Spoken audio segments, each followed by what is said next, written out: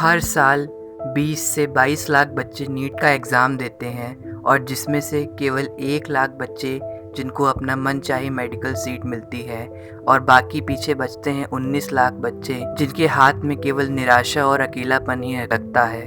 Student जो अपनी पूरी लाइफ एक एग्ज़ाम के पीछे निकाल देता है।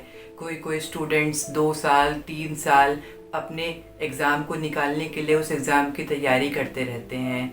अपनी भूख, नींद, चैन सब चीज़ को त्याग कर केवल उस एग्ज़ाम के पीछे अपना सब कुछ निछावर कर देते हैं। फिर भी उनको जब ऐसी न्यूज़ सुनने में आती है कि पेपर लीक हो गया या पेपर में कुछ स्कैम हुआ है, तो उन बच्चों को कितनी ठेस पहुंचती होगी जो अपनी पूरी मेहनत से पेपर को लिख कर आते होंगे।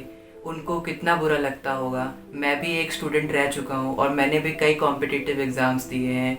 मुझे पता है उन स्टूडेंट्स का दर्द कितना होता है जब आप किसी एक एग्ज़ाम में फ़ेल हो जाते हैं या उनमें आपके मेहनत करने के बाद भी अच्छे नंबर नहीं आते हैं। तो ऐसा लगता है कि आप एक लूज़र हो, आप अपने जीवन में कुछ नहीं कर सकते हो।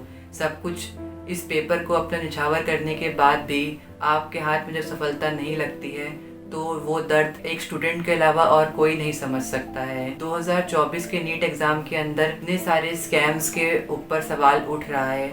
67 बच्चों के 720 आउट ऑफ 720 मार्क्स आए हैं। 718 719 मार्क्स बच्चों के आ रहे हैं। अब ये सब चीज़ें जब एक बच्चा जिसने पूरी मेहनत करके उस एग्ज़ाम को लिखा है वो देखता है तो उसे कितना बुरा लगता होगा। और टॉप 100 स्टूडेंट्स की अगर हम लिस्ट देखें तो 8 स्टूडेंट्स ऐसे हैं जिनका सेम सीरियल नंबर मतलब आसपास सीरियल नंबर है उनका और उनके 720 आउट ऑफ 720 मार्क्स आ रहे हैं। अब ये कैसा हो सकता है? मोस्टली ये हरियाणा के झज्जर के सेंटर्स पर ऐसा नोटिस किया गया है। अब एक स्टूडेंट की आप OMR शीट देखिए, इसके OMR शीट को मिलाने पर 368 मार्क्स बन रहे हैं, लेकिन जब इसके एक्चुअल रिजल्ट आता है तो उसके अंदर इसके 453 मार्क्स बन रहे होते हैं, जो कि 85 मार्क्स का ग्रेस। ये ग्रेस मार्क्स आपने क्यों दिए? इसका कारण NTA ने अपने नोटिस के अंदर लिखा है कि जिन बच्चों का एग्जाम सेंटर के ऊपर टाइम वेस्ट हुआ था उस टाइम वेस्ट के बदले हमने उनको ग्रेस मार्क्स दिए। एक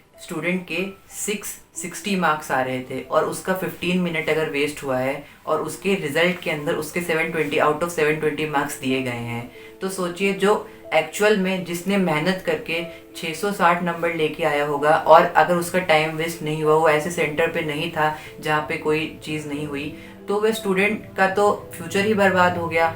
अब 660 मार्क्स पे अराउंड 30,000 के आसपास रैंक बन रही है, उसको कोई मेडिकल कॉलेज नहीं मिलेगा। आपने किस लॉजिक के ऊपर ये ग्रेस मार्क्स दिए हैं बच्चों को? जो मेहनत करने वाला बच्चा है, जो दिन रात पढ़ाई करने वाला बच्चा है, वो इसके अंदर कितना उसको दुख पहुंचेगा, किस तरीके से वह अपने जीवन में फाइट करेगा। एक 660 मार्क्स लाने वाला स्टूडेंट बुरा नहीं होता है, उसने बहुत मेहनत करी हुई होती है। और महाराष्ट्र के कुछ सेंटर्स ऐसे हैं जहाँ पे एक एक घंटा बच्चों का पेपर लेट हुआ है, तो आपने वहाँ किस तरीके से बच्चों को नंबर बांटे हैं, ग्रेस मार्क्स दिए हैं। अगर इस तरीके से आप बच्चों को ग्रेस मार्क्स देने लगेंगे तो आपकी एक ट्रांसपेरेंसी कहाँ गई? आपकी एक जो फेयर पॉलिसीज़ हैं पेपर को कंडक्ट कराने के लिए, वो फेयर रही ही नहीं। जो बच्चे मेहनत करने वाले हैं वो तो पीछे रह जाएंगे और ऐसे सेंटर्स पे जहाँ पे बच्चों का टाइम वेस्ट हुआ है और लकीली उन बच्चों के ज़्यादा नंबर आएंगे। ऐसे तो ये फेयर नहीं हुआ उन स्टूडेंट्स के साथ में जिन्होंने मेहनत करी है। मैं NTA से रिक्वेस्ट करता हूँ कि रीनेट एग्ज़ाम को कराया जाए और इस बार कोई भी कमी ना रह जाए।